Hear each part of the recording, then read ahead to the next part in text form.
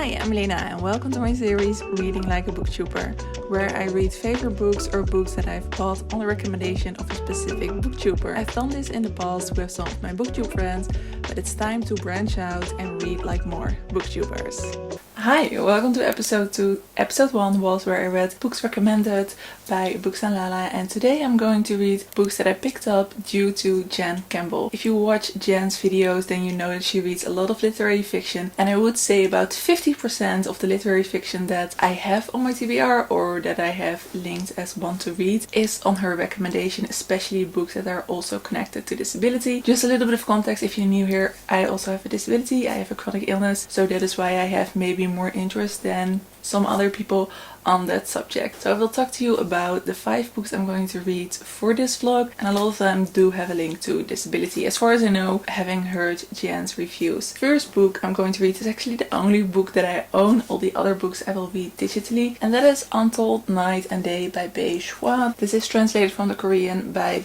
Deborah Smith. I think this is literary fiction, but I know very little about it. I think this is supposed to be quite fragmented and contemplations on the difference between her life during the day and during the night. It also has, I believe, disability rep. The sentence on the back that I like most is: "The edges of reality start to fray and the past intrudes on the present in increasingly disorientating ways." Sounds really fascinating. I've heard mixed things about this, but I really think it is my cup of tea. And then non-fiction that has been on my TBR for a little while, because I've heard Jen talk about it, I think already in 2020. Most of the books I'm reading were on her 2022 favorites list, but this is the only one that has been on my TBR for longer, and that is Sitting Pretty by Rebekah Taussig. This is their memoir, and I think it is a lot about being in a working force as well as someone who is a wheelchair user. But Jen said that it is a really great and beautiful, strong exploration of what it's like to be disabled. I'm really excited to read this. I've been wanting to pick this up for a while, but this vlog is going to be the perfect excuse to finally do it. Then 2 books that I think Jen talked about in a vlog for a prize where she read, I think the prize was about all disabled authors, and of course I forgot the name of the prize right now, but I'll leave it here. First one is What Willow Says by Lynn Buckle. Again, I've forgotten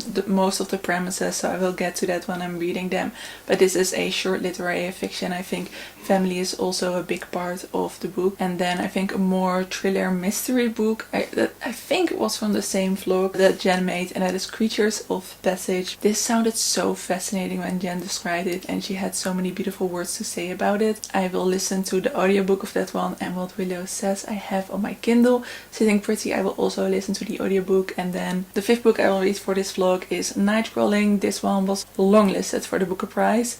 I don't usually read the long list of the Booker Prize, but when Jen talked about this book it sounded really fascinating. It's supposed to be quite a heavy and tragic book, but it's written by a very young author and everyone seemed to be really impressed by it. So I have 4 literary fictions and 1 memoir non-fiction. I should probably also read poetry and short stories if I want to read what really reflects Jen, but these were the books that I put on my TBR because of Jen. So I think I will start with Creatures of Passage because that is the book that speaks to me most right now, and I'll check in with you once I've started reading that one.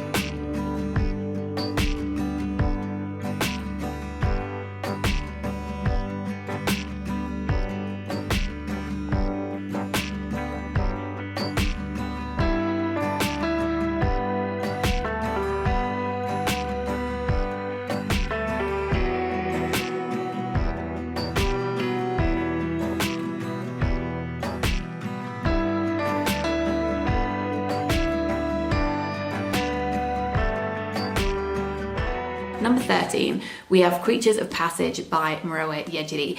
This was my favourite book from this year's Women's Prize longlist, and I was perplexed when it did not make the shortlist. It is about family, found family. It's about power and how people abuse that. It's about racism, and it's about exercising evil from within a community. I was looking on Goodreads to mark it as currently reading. The first sentence with echoes of Toni Morrison's Beloved. As if I needed more recommendations.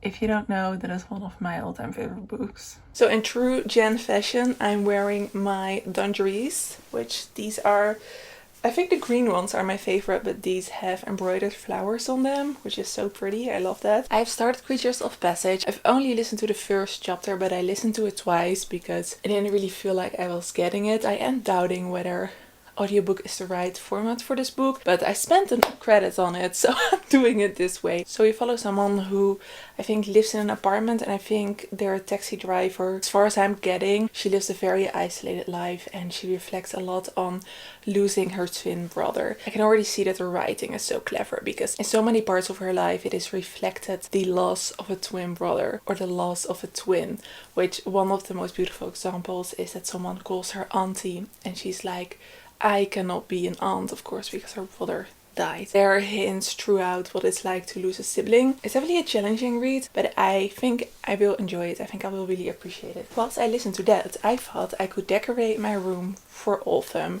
because I do always love that. Usually my vibe is a bit summery, like you can see with the pink. With autumn and Christmas, I do decorate seasonally. I have a few decorations that I just use every year, I guess. I don't like to buy a whole lot of new ones. It's a bit wasteful. I like to get them from the thrift store. The thrift store also has a very summery vibe, but I did go out and buy some additions that maybe reflect my current taste a little bit more. I have my ultimate velvet pumpkin, which I love. One of my favorites is my little fox. I think maybe he needs some new lights. Yes, he does. He needs some new batteries, but I do like my fox light. This is something I packed when we moved, so I don't really know what's in here. So I do have mini pumpkins, of course, dried flowers that feel more Christmassy. Oh, let's see, I did not pack per season, but just random decorations. And oh, I have the fox again. I like this one too. Let's see, I have, oh gosh, a little string, which is really cute. Maybe I could like hang it down here where I have a shelf. Little mushroom candles. I also made a clay mushroom and a clay pumpkin where I can put like a little light in. They're still drying, so I don't know if they're working out, but we'll see. I did go shopping to like the Dutch equivalent of the dollar store, and I got these really adorable lights. They're mushroom lights, and I've got pumpkin lights. So let's unpack them. Okay, so I have to put in 2 AA batteries. Okay, yeah, this looks as cheap as I thought it would be, but for like something in the distance it could still be really cute, I think. The mushroom lights are the reason I grabbed it, and then I was like, might as well also get the pumpkin lights. Oh yes, I love these way more.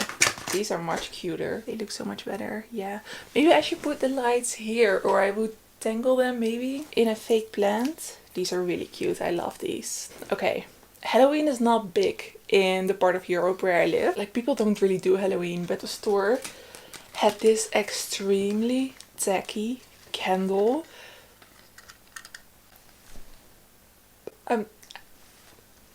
No words, but yeah. You know, these look cute, but how will I use them? I have no clue, because they look like you should put them in a Christmas tree. But they're little wooden hangers, and I like that they're not plastic.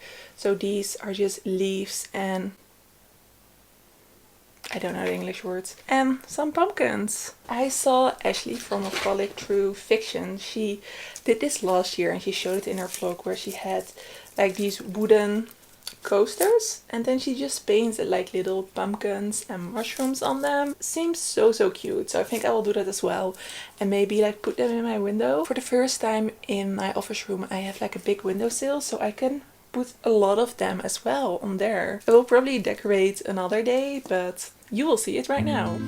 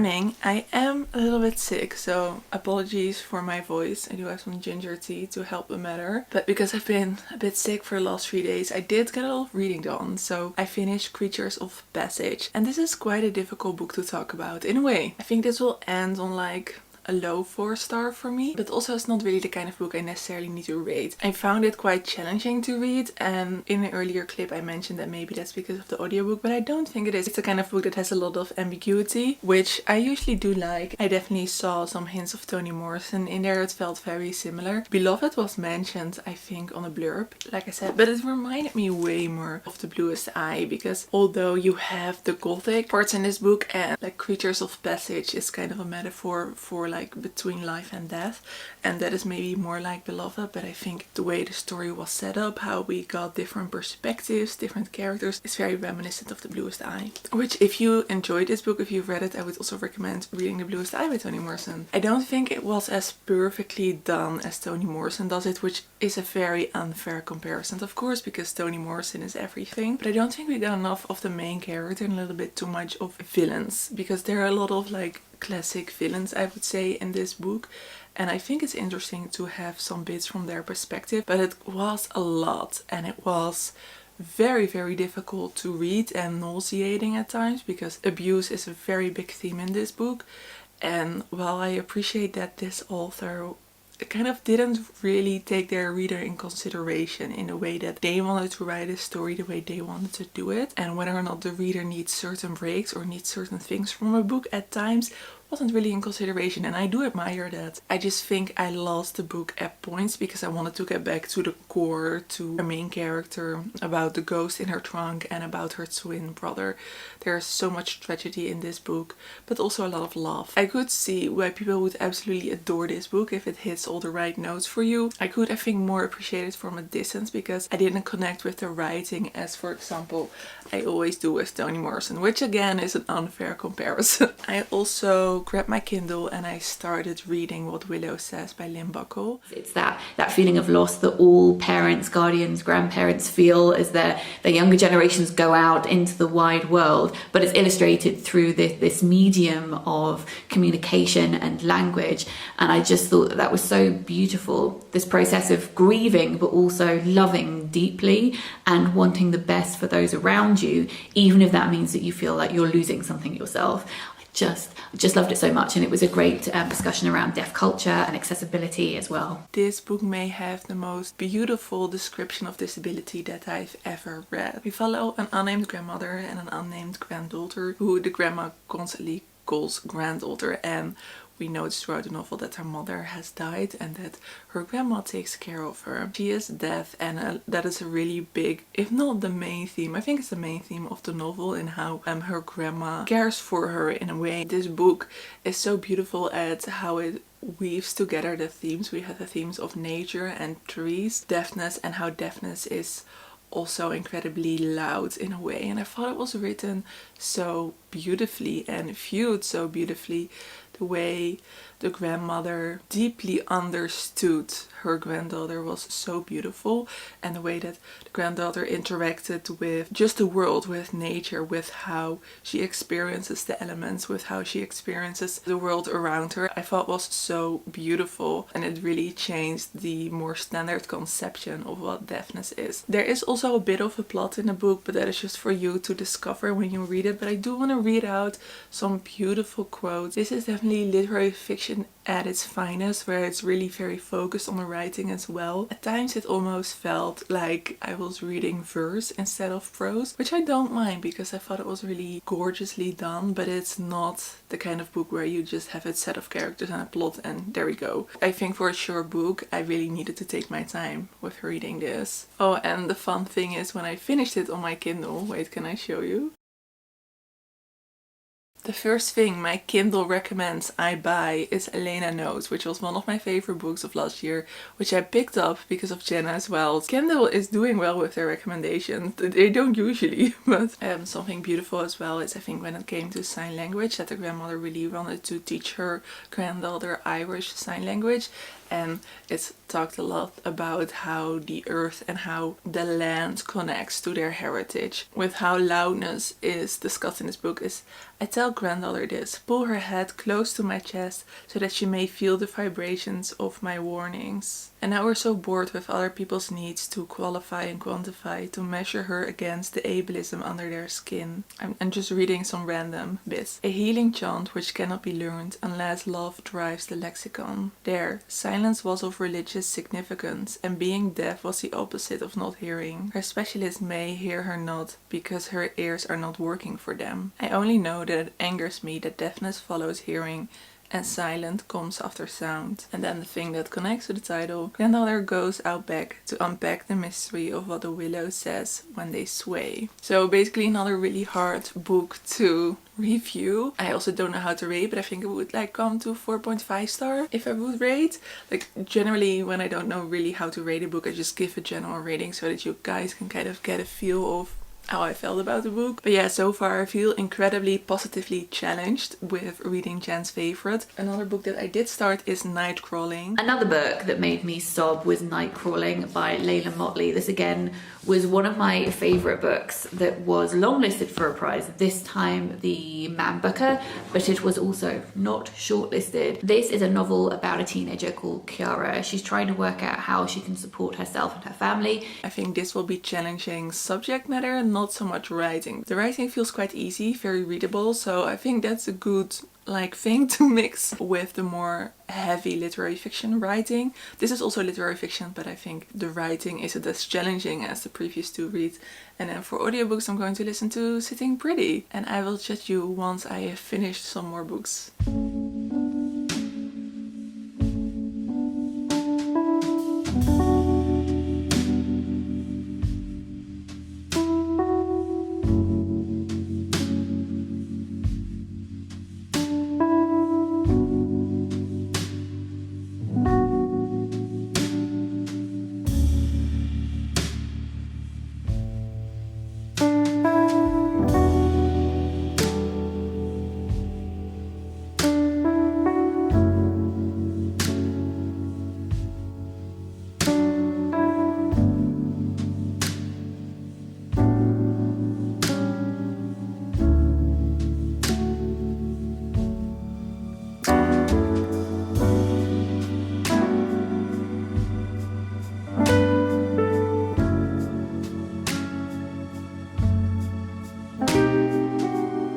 Sitting Pretty by Rebekah Taussig is my fourth favourite book of the year, but my favourite non-fiction book of the year. I only read it in December, so I hope putting it so high up shows how much I enjoyed it, and I encourage you to pick it up. It's brilliant. It's the best book about disability and ableism I have read so far. This is also a perfect balance of memoir and more general fact. So it's the same day and I listened to half of Sitting Pretty because when I turned it on, I had a really hard time turning it off. First of all, because Rebekah Taussig is such an amazing narrator of their own memoir. That is a wonderful thing. But this is a memoir, and let me see, the Sitting Pretty, the view from my ordinary, resilient, disabled body. So we follow Rebekah through her childhood and through her teaching in high school. She's an English teacher, but she also teaches a class on disability. And it has the vibe of, you know, one of those amazing teachers who struggles in the beginning and then does some amazing things, you know, in the film. And I think she does that on purpose. And then it's like, but I struggled the whole year. And then I did it again and it was just a little bit better.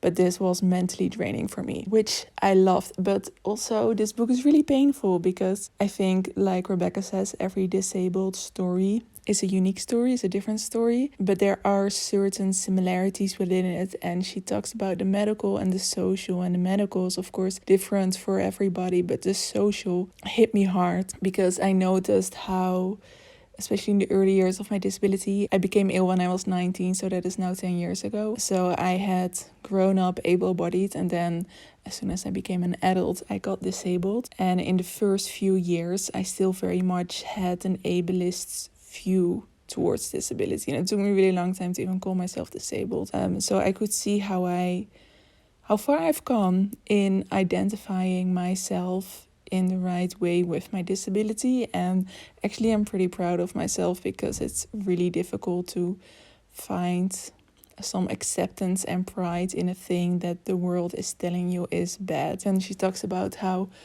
there's a lot of representation that is getting better, but when it comes to disability, it's really quite lagging. And she has so many examples of films and series that I've seen, and I was like, it felt so great to hear someone talk about it, because I saw those films, had those thoughts, and those thoughts didn't connect with my able-bodied family and friends, because that's just not something they noticed, because it's not their lived experience and we don't really talk about it. And I am not one to teach them, because I am getting to know all of those things myself now. I think I once commented in one of Jen's videos where she read a lot of disability books, a lot of books also written by disabled people, that I was trying, but it was too confronting to read about disability a lot. And I think I left that comment a year, maybe 2 years ago. And I still remember it because I think my cats are going crazy. I really remember it because Jen was so nice about it. Her channel really helped me in making steps. I never know how to explain these things to my able-bodied friends and family because I don't know myself quite yet. But I feel proud of myself for listening to this book, which I know is a bit of a strange concept, but I have a hard time with this, and this is kind of giving me, I think, courage to keep on going, because I think it will help me take more steps in the right direction. But yeah, I'm really happy I'm reading this for this vlog, and I might take a break from it tomorrow to just really let it sink in and think about it, and then finish it later this week. I think I read 2 more chapters of Nightcrawling, but I don't really have any worthwhile updates for you on that. I will talk to you about that book later. I am halfway through Nightcrawling, and I don't think I mentioned yet what this book is about, but this is about a 17-year-old girl who lives in Oakland together with her brother, who I think is her legal guardian, but he's only a few years older. Things with her parents they're not there. You will have to discover throughout the book what happened with all of that, with basically her support system. But this book is really about having a 17-year-old black woman and what happens if she's in a situation where her support system fails her, disappears, and the kind of choices that she is forced to make due to financial reasons, but also social reasons, cultural reasons, gendered reasons. There's a lot to unpack, I think, in this book, and it's a difficult book to read. I do notice my mood slightly shifting when I'm reading this for too long. I don't want to be in the wrong place when I'm reading this book. I know that Leila Mottley wrote this when she was 16. She started writing it when she was 16, and it's so dark for someone that age to be in that place. But I can also remember myself and how you're really in such an exploration phase at that age, and the main character is 17, and you're really starting to form your idea of adulthood at that age, and the way that that is formed for our main character is so destructive. It's a really tough read, but that is kind of what it is about. I don't want to say too much about it because I think the author does a great job with how the plot is revealed and how certain things about the main character's life are hinted at and later revealed, so I don't want to say anything about that. It's just a really tough reading experience. I feel like all of the books I'm reading for this vlog are tough. Like, Jen is one brave reader for reading about all these horrific subjects, because I think looking at the subjects I'm reading about in this vlog, like I'm reading about, I don't want to say disability is a tough subject, but in these books they are portrayed very raw and honestly, and I think to me personally, because I am disabled, it is a tough subject. I don't think that is an objectively tough subject. I think I will finish Sitting Pretty today because I have about an hour and a half left of the audiobook, and I will get back to you once I have finished that.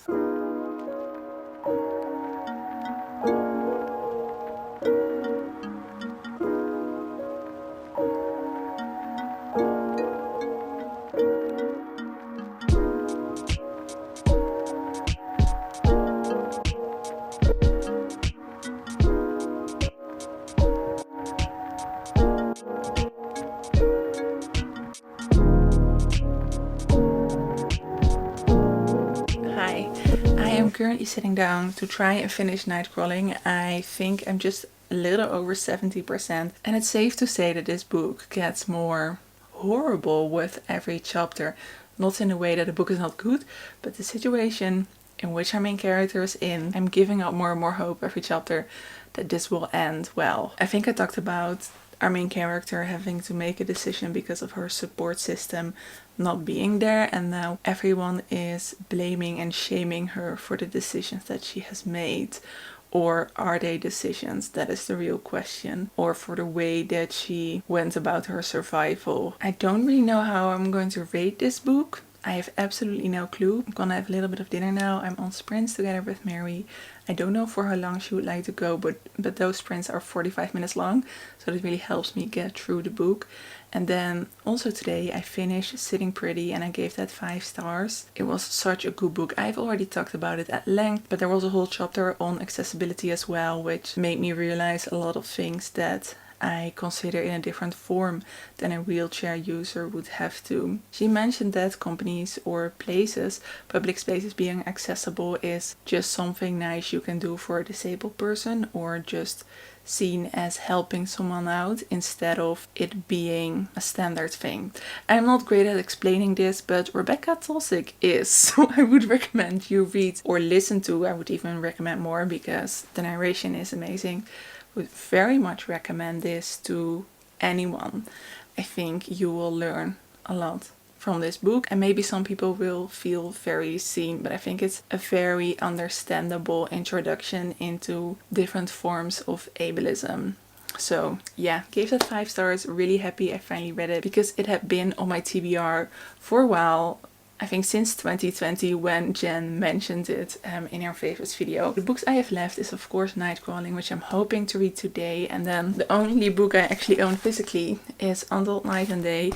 But this is only 145 pages, so I hope I can finish this tomorrow. I will sit down and read it. Hopefully, kind of depends on what kind of book it is, of course. But I have nothing planned tomorrow but to try and relax, give my body a break. Because I had a walk in the rain and different kind of things that didn't go to plan today. I just really need a day of sitting down tomorrow. First, I am so freaking hungry because not only do I smell boys cooking, but also there was pizza in the book. So I'm gonna eat now. Hello everyone. I think it's working, hopefully. But yes, hello. Thank you all for being here. This will be kind of a start of autumn celebration reading sprints. How was your food? Really good. Boy made a casserole type thing. So I had a wonderful dinner. En dan spelen we. Yes, boy, I'm live. Oh, sorry. But I also had my first pumpkin spice latte today. Oh my god. It's 9 o'clock right now and my skin is breaking out, but that is not important right now. I finished Nightcrawling. I feel like I cannot say anything about this book anymore. That won't take anything away from your own reading experience. I feel like I can only just give looks and be like, Am I glad I read this for this vlog? It was a really good book, let me say that. I just don't know how to talk about this book. It's a good book. I think for me, rating wise, it's somewhere between a 4 and a 5 star. I think the pacing is really, really good. Maybe a little bit slow in the beginning, but that's like the only thing I could say, that maybe when it comes to action, it's not perfectly divided throughout the whole novel. I think the plot itself and the things that happen and don't happen in the plot are unexpected maybe to a reader who doesn't read about these kind of topics very often, but very much how it should be, I feel. And that's all I'm gonna say. Yes, I'm happy I read this for this vlog, but it did a bit of a number on me because I just felt a lot of things, and I talked to Boy about it, I talked to Mary about it during the sprints, and that kind of helped me place this book emotionally after reading it, because boy was I invested in this main character. I'm going to lay in bed now and put on some stupid TV, maybe some comedy, some sitcoms, I don't know. It is true that heartbreaking books tend to be very impactful and tend to get a high rating from me. Not because I think that Bae Suah is something I'm going to rate very high, but it's usually the way it is done that I can really, really appreciate. Using someone else's pain and trauma to make another person cry, that is not how you win points with me. But I think if you are telling a really good story, and I can now confirm that Jen is the perfect source to find the right kind of heartbreaking and emotionally heavy books. I trusted Jen before, but I trust her now 120% with these kind of recommendations. It makes you feel like you're jet lagged reading this book because phrases are repeated over and over again. It's almost like this is a book that has been placed over itself on tracing paper, maybe translated and mistranslated in places deliberately to trip you up. It's like a puzzle that you have to solve or a dream that you can't wake up from. And I just loved it.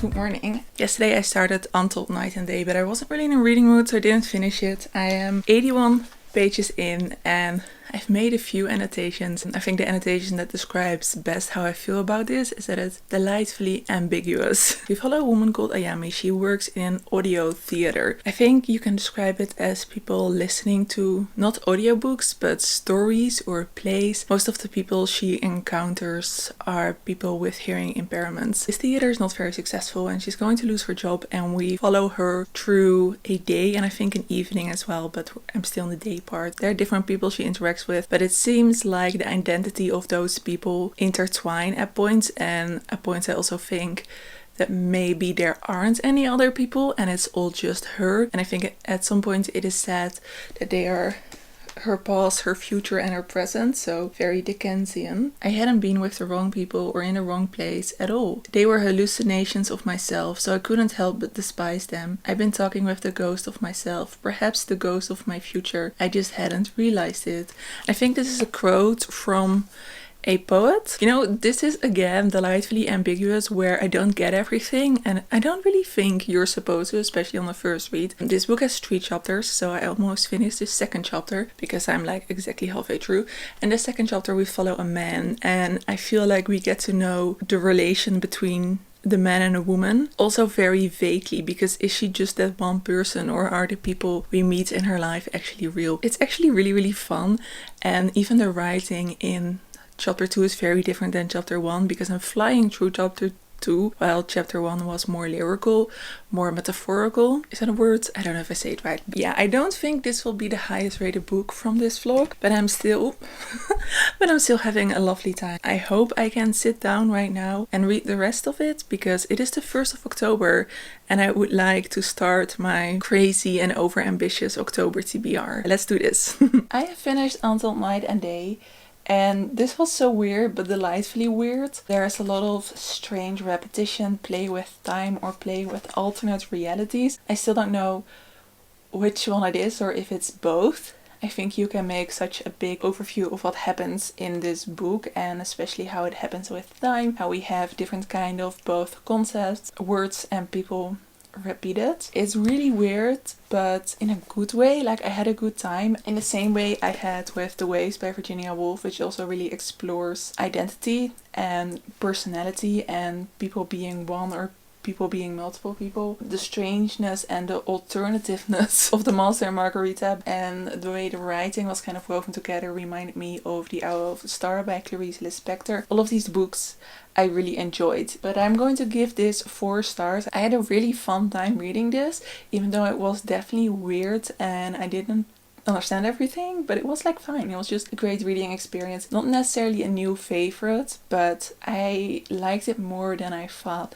I would based on the mixed reviews. So when it comes to favorites, I think Sitting Pretty is definitely my favorite of this vlog, mainly because it so personally affected me, but also because it's just a really great memoir. From the fiction, it's either going to be Nightcrawling or What Willow Says. One of those two. But all of these books, I think the lowest is a 3.5 or 3.75, which is amazing for an entire vlog of reading 5 books, that I like them all so much that nothing is lower than a 3.5. I'm so glad that I did this. I will be making more of these episodes, not in October I think, because in October I'm going to be reading Victorian classics and spooky things. I do have an overview of the vlogs that are coming on my community page if you want to check that out. But for now, thank you so much for watching this vlog. I hope that you have a lovely day or evening, and I hope to see you in another video. Doei!